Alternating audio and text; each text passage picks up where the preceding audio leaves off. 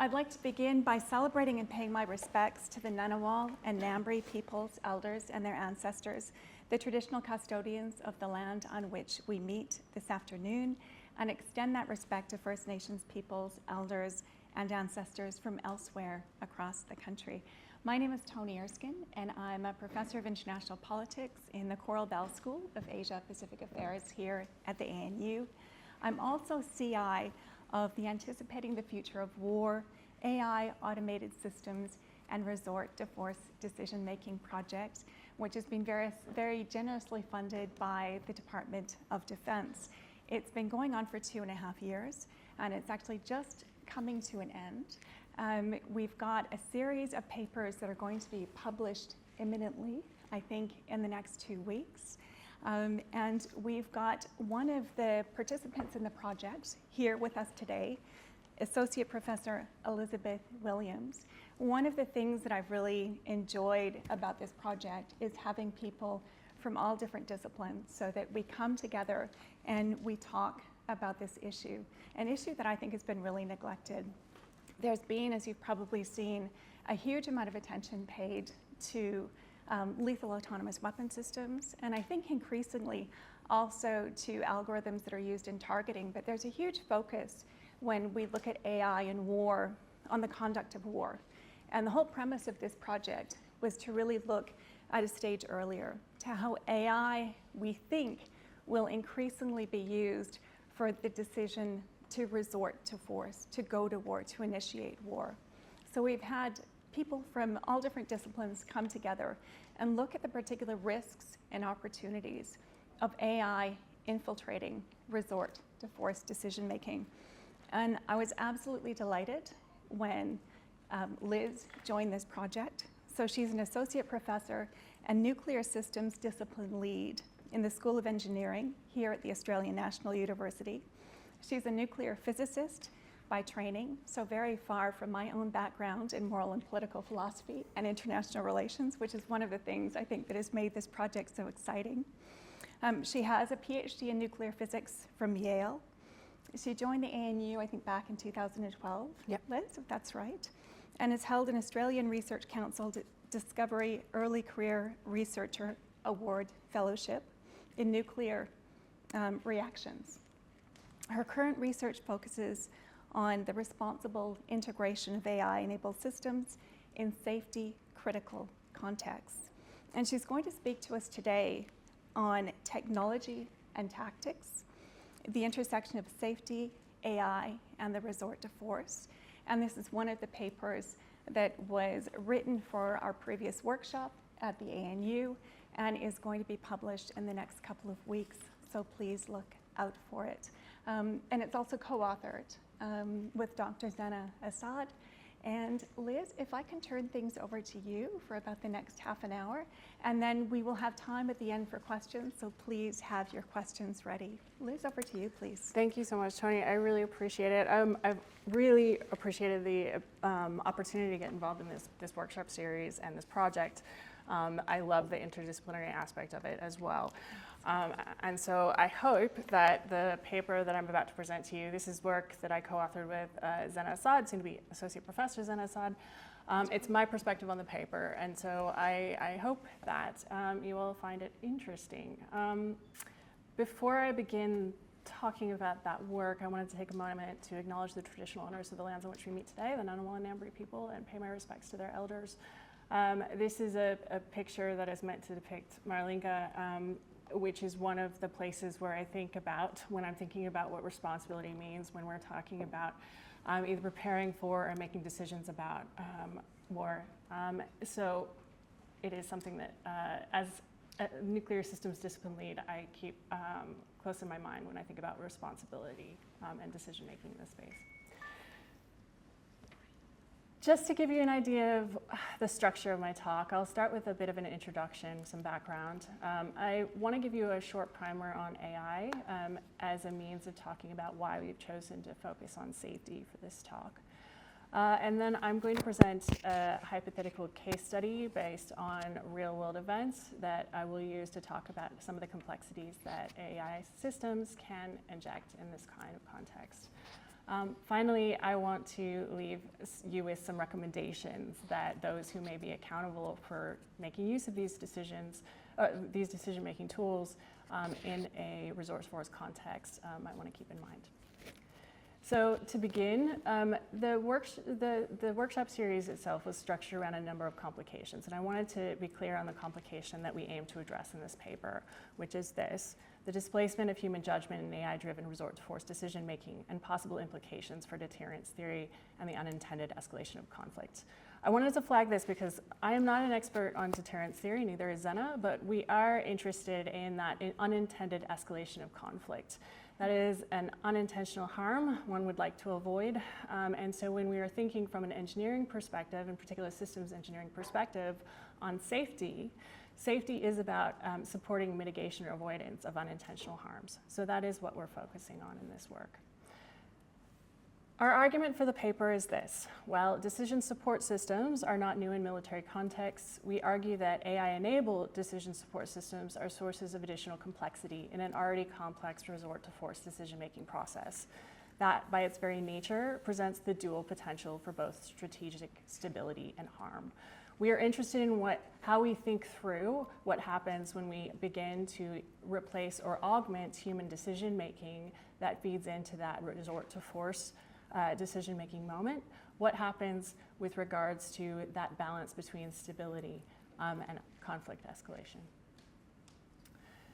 To clarify, we are not envisioning a single AI-enabled decision support system offering a single leader definitive advice to go to war. This is not a question of a computer sitting there going, yes, go for it, or no. We're considering instead the many AI-enabled decision support systems that could influence any humans that play a role in the resort-to-force decision. Okay, so that adds some complexity as well. We are talking about a system of systems picture here, and that can be sometimes very difficult to tease out. What we've drawn on from a historical perspective for this work is the use since World War II era of digital computing in war to achieve asymmetric advantage. I recommend Rebecca Slayton's book on that that is referenced there. We are also drawing on work that Ben Zella wrote for the first set of publications for this workshop series, where he discusses the Cuban Missile Crisis and the Petrov incident, both of which we'll be drawing on here. I won't have time to go into them in depth. I will also be drawing on more recent events, in particular regarding the use of the Lavender tool by Israel. This is an AI-enabled tool used to identify targets in Gaza. So with that context in mind, let's briefly go into the many forms of artificial intelligence we may need to consider here. This is a tricky topic in that this particular term encompasses a wide range of different models, different approaches. It is a discipline in and of itself, and it is rapidly evolving.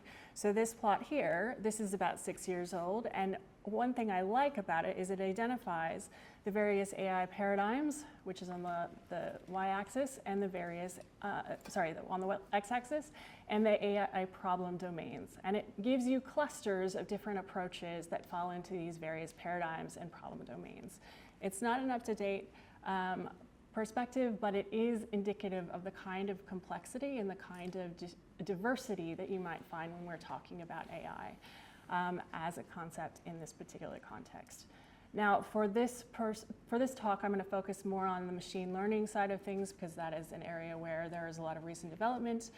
It is a probabilistic approach, so it falls in the statistical paradigm, and a lot of the recent work, particularly around generative AI, is built on some of the foundations of that.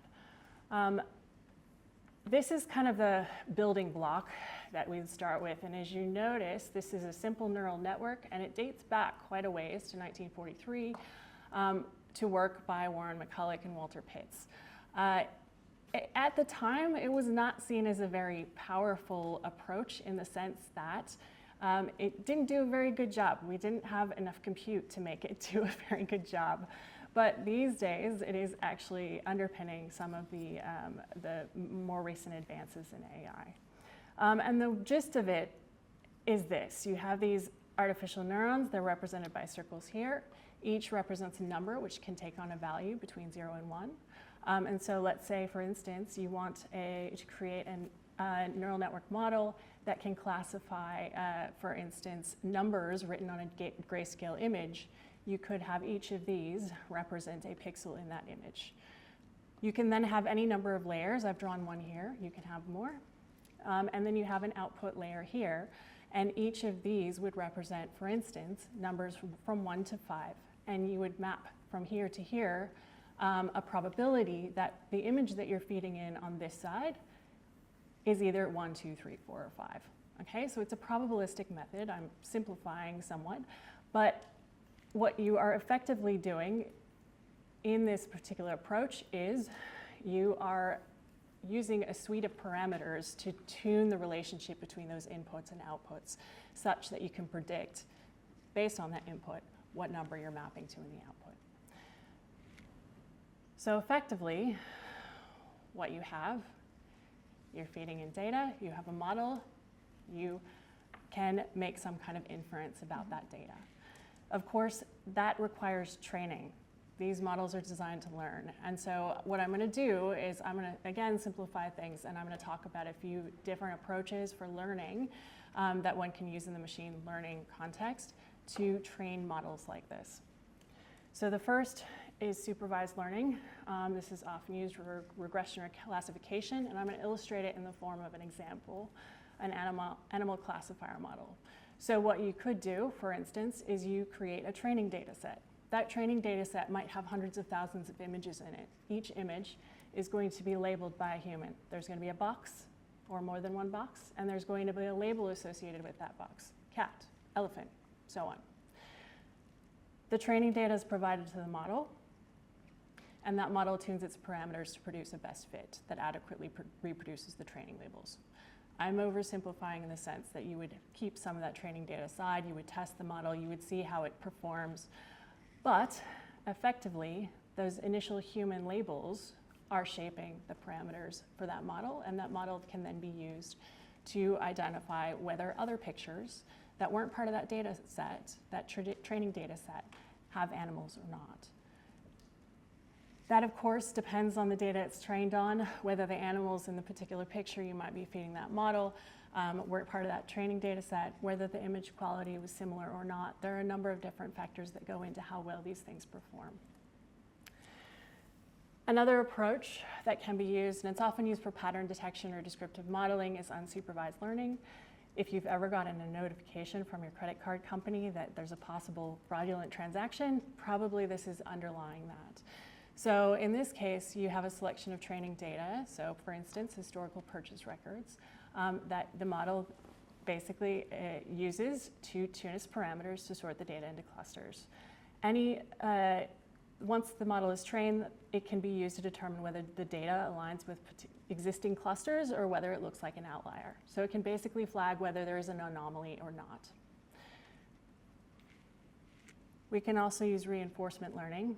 In this case, we're starting with a model that experiments with many actions, and let me explain what I mean by that. Basically, the model is going to start out by acting.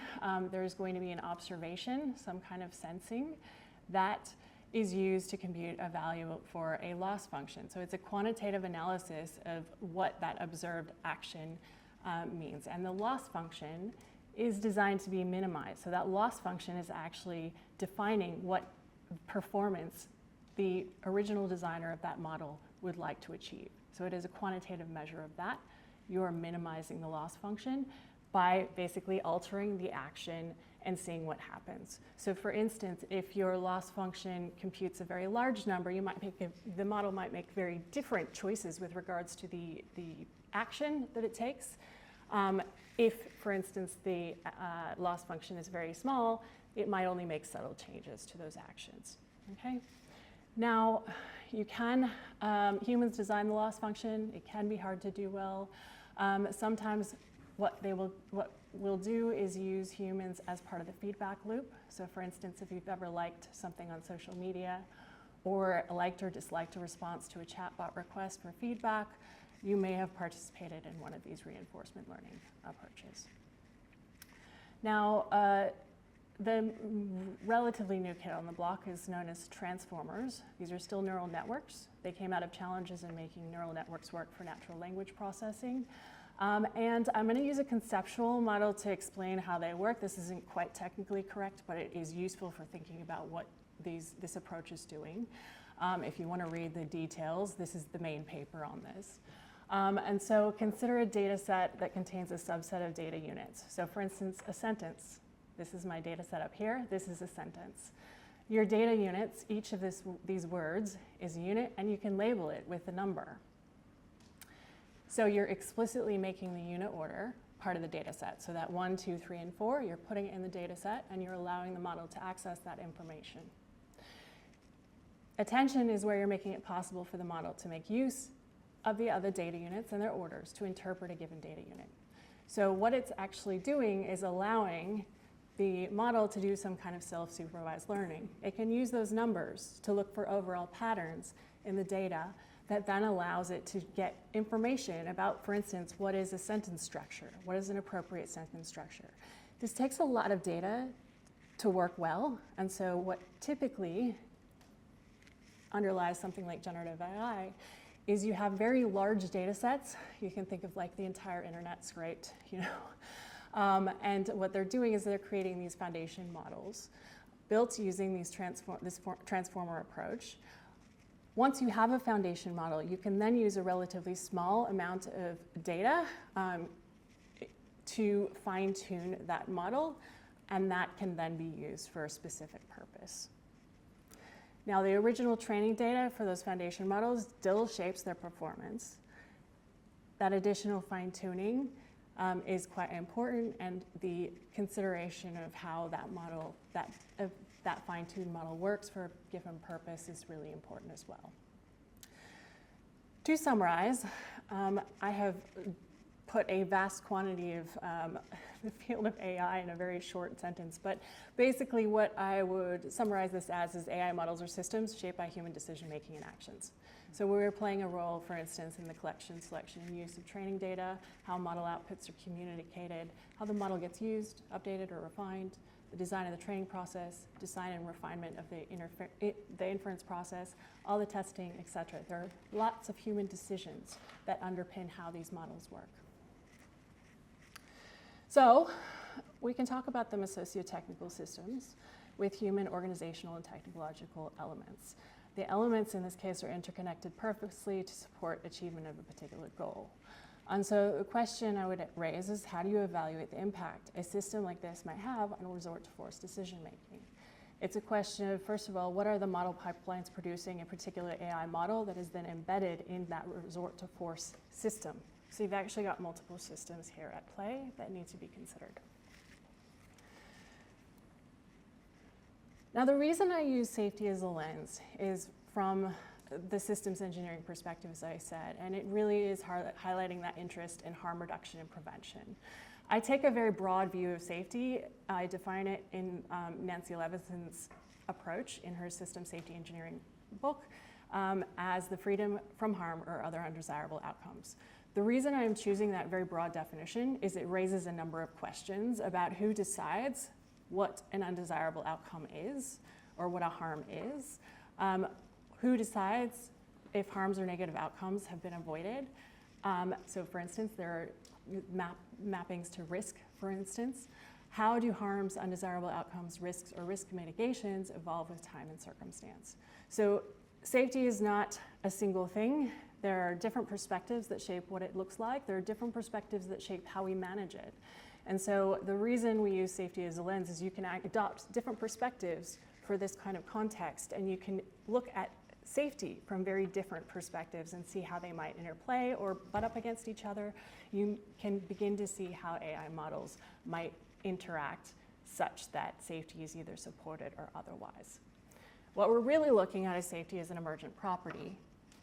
Okay, so wholeness is characteristic of systems because there are properties or behaviors of the system that do not derive from the component parts themselves when considered in isolation.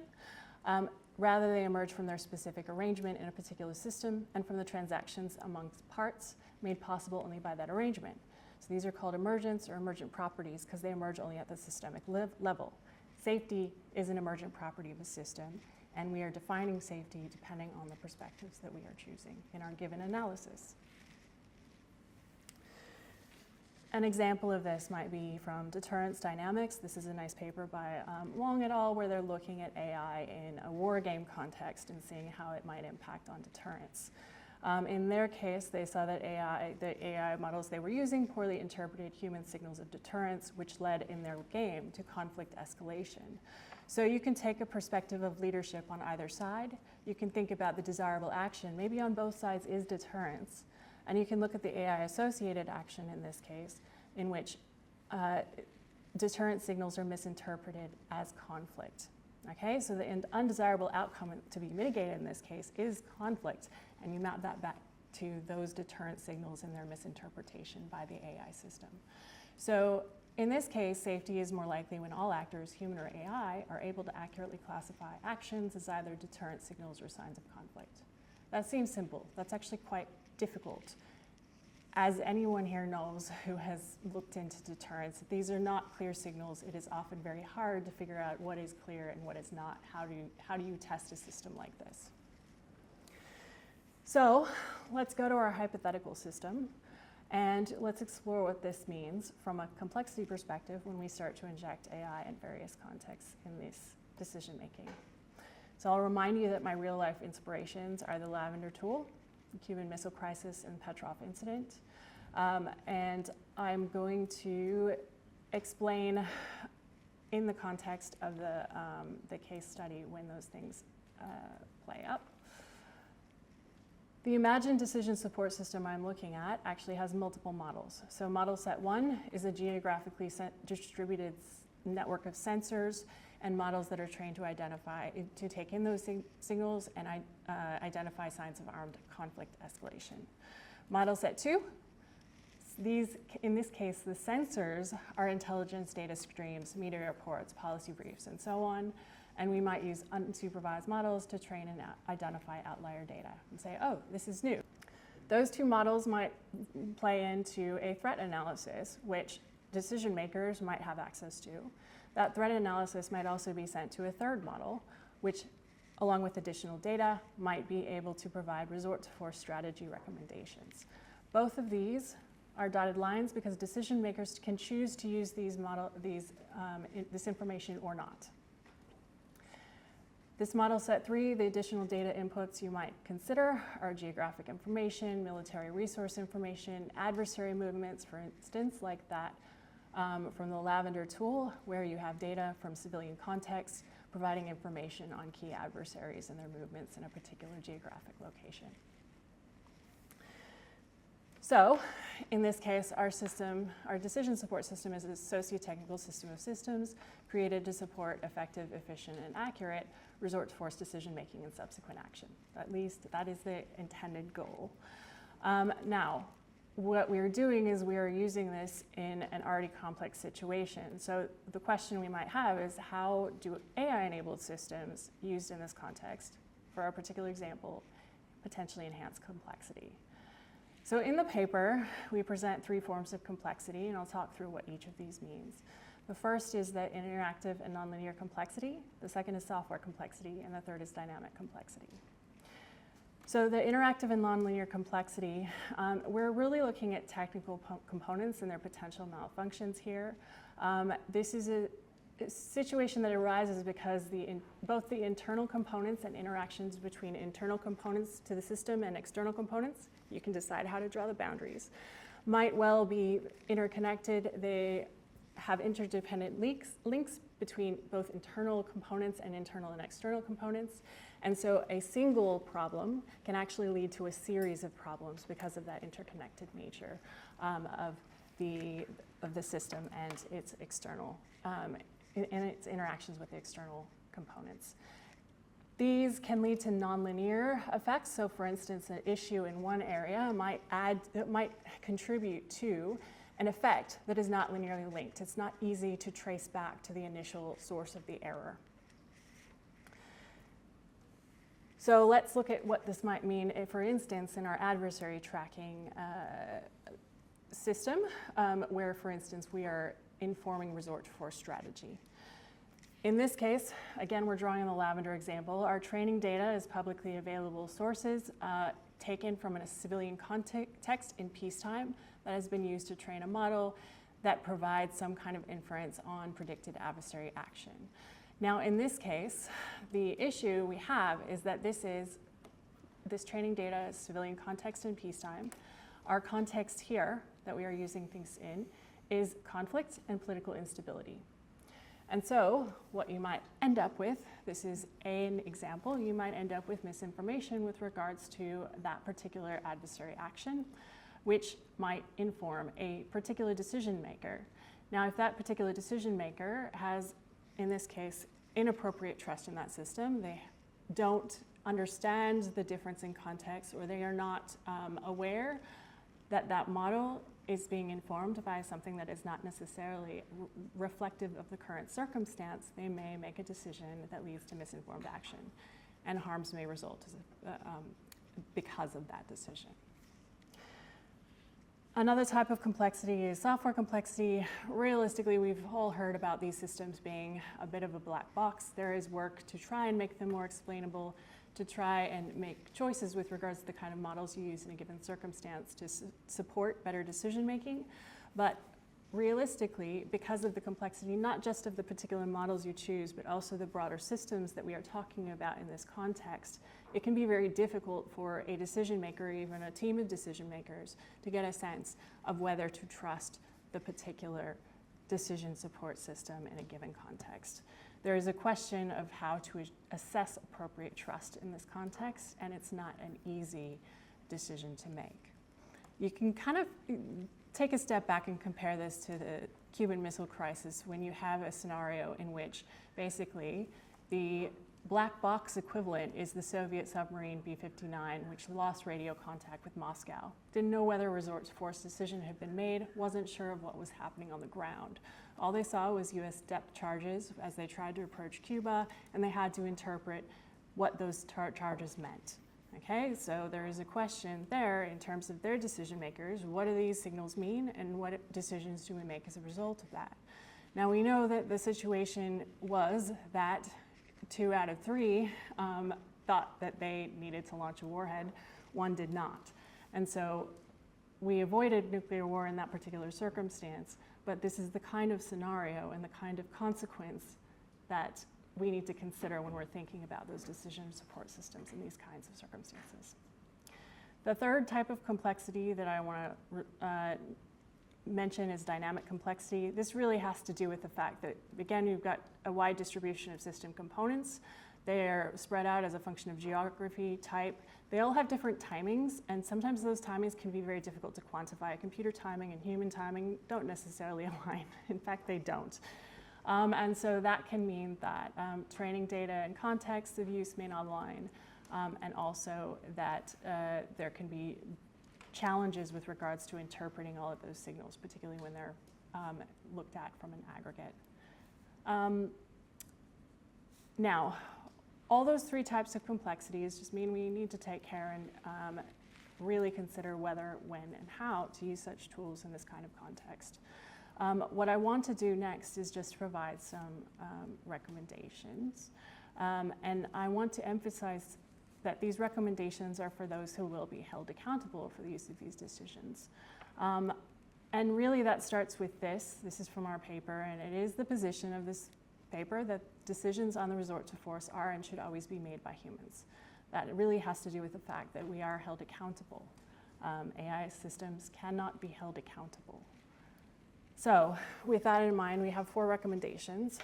The first is, if you are going to consider the use of a system like this, you need to carry out an extensive safety review with appropriate expertise. There's a nice paper by Jenny Davis from the first suite of articles for this workshop series that talks about that. It's only then that you can make a conscious decision about whether to use the system or not, and how to mitigate risks. This figure on the side of here, this is an approach that we use in nuclear called claims, arguments, evidence, that tends to underpin our consideration of safety, security, and safeguards cases. I put that there to flag that there are ways of doing this that are used extensively that can be very hard to learn how to do well, but they exist, and we can look at those as one way forward. Another recommendation is that safety considerations should take socio-technical factors into account. It's really important to think about what the interactions could result as because of the use of such decision support systems. What does that do to the humans in the system? How is appropriate trust maintained? What does that look like over time? And that goes, again, into not just safety, security, trust, liability. All of those questions are really important to consider. And the human factors are actually quite essential for that. Recommendation 3 is to clarify the roles and responsibilities of the decision support systems and the humans operating alongside the system. This is really about making sure that it's clear what the system looks like, what its limitations are, what the roles of every actor, including AI-enabled decision support system and human, are in that particular context. Are people trained appropriately? Do they understand both the appropriate use and also the places where those uses are outside of the realm of outside of the appropriate realm that system has been designed for? This is actually a really important thing, and it's something that actually has to be reassessed over time regularly. Finally, find ways to support appropriate assurance that safety reviews of the kind we're talking about are properly carried out and considered. Do they actually have an impact? Are they being regularly updated? Is there a life cycle that goes alongside the safety reviews that ensures that these things are actually actioned, considered, and revisited appropriately? We can draw inspiration from controls used for other high hazard technologies. It's not a copy and paste approach though, because in this case, drawing on my background, for instance, I cannot take a detector and figure out whether an AI model is appropriately trained. It's not the same thing as going and detecting whether nuclear material is in the wrong place. So we can't do a copy and paste approach, but we can at least intelligently look at the examples that we already have and see what might appropriately apply in this particular context. So with that, I will take a moment to thank you all for your listening. Thank my co-authors, Anna Assad. Thank everyone who has contributed to making this paper great, including you, Tony, and for the opportunity to be here today and to participate in this project. Yeah, thank you. That was fantastic.